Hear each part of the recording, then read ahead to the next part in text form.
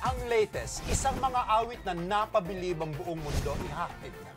Ang latest ang mga may init na kwento tungkol sa kanyang pakikipagsapalaran, maririnig na. At ang latest po ngayong gabi mga kapatid, ang isa po sa pinakahinahangaan nating musikerang Pinoy, makakasama natin ngayong gabi. Kaya mga kapatid, naririto na po ang mga awit na bumiyag sa puso ng maraming tagapakinig. Ang Asia's Nightingale, Miss Lani Misalucha, panoorin po natin ito.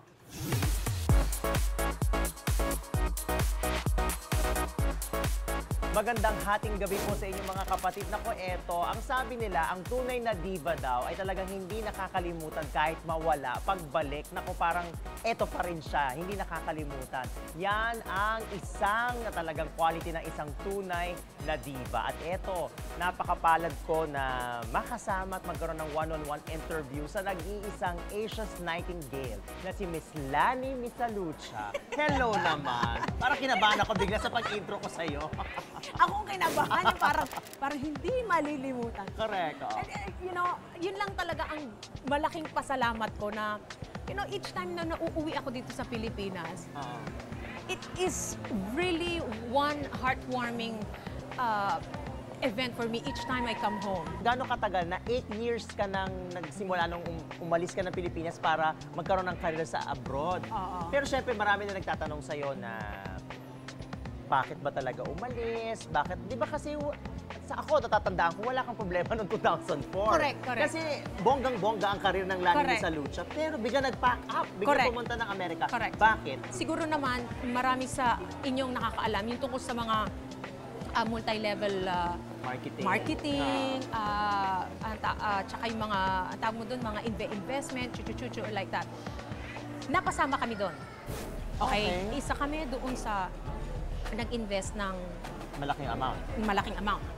Bukod sa nag-invest kami ng malaking amount, kasi mga multi-level ano nga yan marketing o whatever.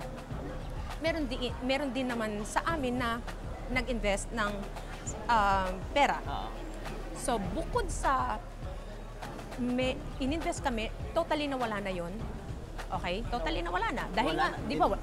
Di ba? Sa kaalaman naman ng buong tao, naging problema yun at walang nabalik sa tao na pera. Bukod doon, meron nga nag-invest sa amin. So, nawala na kami ng pera, nagbayad pa kami doon sa mga nag-invest sa amin dahil ayaw naming masira. So, may problema. Nagkaroon ng, isa yun sa mga rason kung bakit parang nagpurso na talaga kami na parang para lang maiba ang environment natin. Ihip ng hangin. Exactly. Ihip ng hangin. Para iba naman yung makita natin na lugar, maiba yung makita natin na pamumuhay, at maiba yung mga taong makakasalamuhan natin. Parang ganun lang yun. Kaya parang mas lalong napursigi kami na mapunta sa ibang lugar.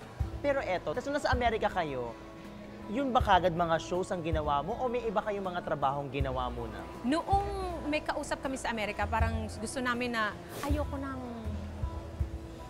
kumanta.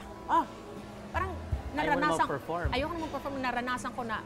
So, parang sinasabi ko sa sarili ko na parang since na-experience ko na ito, na ito pala yung buhay ng pagiging isang performer, isang artist, isang mga awit.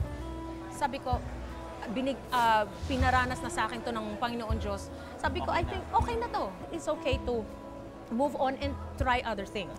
Kaso, honestly, kahit anong paraan ko umiwas, ako pa rin ay hinahabol at sinusundan ng performing arts ng pag-awit. Kasi naman magaling ka, kaya kailangan kasi ng industry. I don't know. Siguro nga lang minsan nga parang sinasabi na if it is your calling, parang hindi ka talaga maaalis dun sa calling na yun. Especially when you make a lot of people, happy, and you make a lot of people appreciate music. So, parang naging drama mo, parang naging go with the flow na lang. Eksakto. Pero kamusta naman yung pakikitungo ng mga Pilipino doon sa inyo? Ikaw yung mga naging nakasama nyo doon sa lugar ninyo? Exact. No? Alam mo, yun na lang ang naging maganda. Kasi ano naman dun pag nalaman nilang may bagong dating, ayan na, ano ka, Welcome ka na. welcome ka. Yun na lang yung magandang nangyari sa amin. So, may naiisip ka ba na parang major na problema nung nasa Amerika kayo na parang gusto mo niyong bumalik? O na parang medyo may pagsisisiba ng konti na sana pala hindi tayo umalis or sana nandun tayo sa Pilipinas nung nangyayari itong sitwasyon na to sa inyo? Alam mo, salamat na lang talagang wala naman nangyaring ganon. Hindi kami dumating sa punto na katulad na sinabi mo na nagsisisi na dapat din na lang tayo umalis. Salamat na lang sa Diyos na hindi kami nagkaroon ng ganong sitwasyon.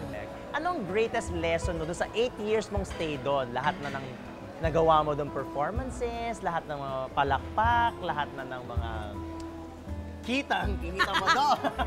I wish marami nila. ano yung parang greatest lesson mo doon sa 8 years nung stay sa Amerika? Na parang anong natutunan mo? Ano yung nakita mo nung nagsistay kayo doon nung 8 years niyo? I always say it, mas kumapal yung mukha ko.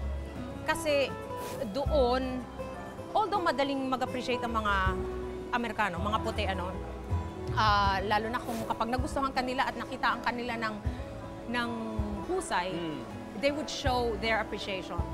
Tinodo ko dun yung impression ko, yung mga impersonation, yung from head to toe ang change ng costume ko, na inaral kong mabuti. Kasi dito noon, nung nandito pa ako sa Pilipinas, boses lang Boses lang, napanood ko na yung total performer talaga. yun na yun, kapatid. Yun na yung natutunan ko doon na, so kaya ko palang gawin. Oo. Kapag nag-evolve ka bilang artist, Yes. sa pamilya nyo, may pagbabago ba? I'm sure positive naman kung may pagbabago man. Kung kami ay close na pamilya, nung nandito pa lang kami sa Pilipinas noon, I believe na mas lalo kaming naging mas malapit sa bawat isa. Kasi wala kaming ibang we just rely on ourselves Dati no, nandito kami sa Pilipinas, sa bahay namin, meron kang driver, meron kang yaya ng anak mo, meron ka pang kasambahay. Alam mo yun, tapos meron ka pang, siyempre, PA. Ang mga ganun, meron ka, ang dami. Doon, it's just 4 of us in our house and we just have to help each other. And, since na nung mga bata nun, may mga yaya, So natuto na rin din sila. Oh, yeah. So ayan mga kapatid, nalaman natin yung mga hirap at saya ni Miss Lani sa Amerika. Ngayon naman, medyo iintrigahin natin siya, konti lang naman, sa pagbabalik ng Ang Latest.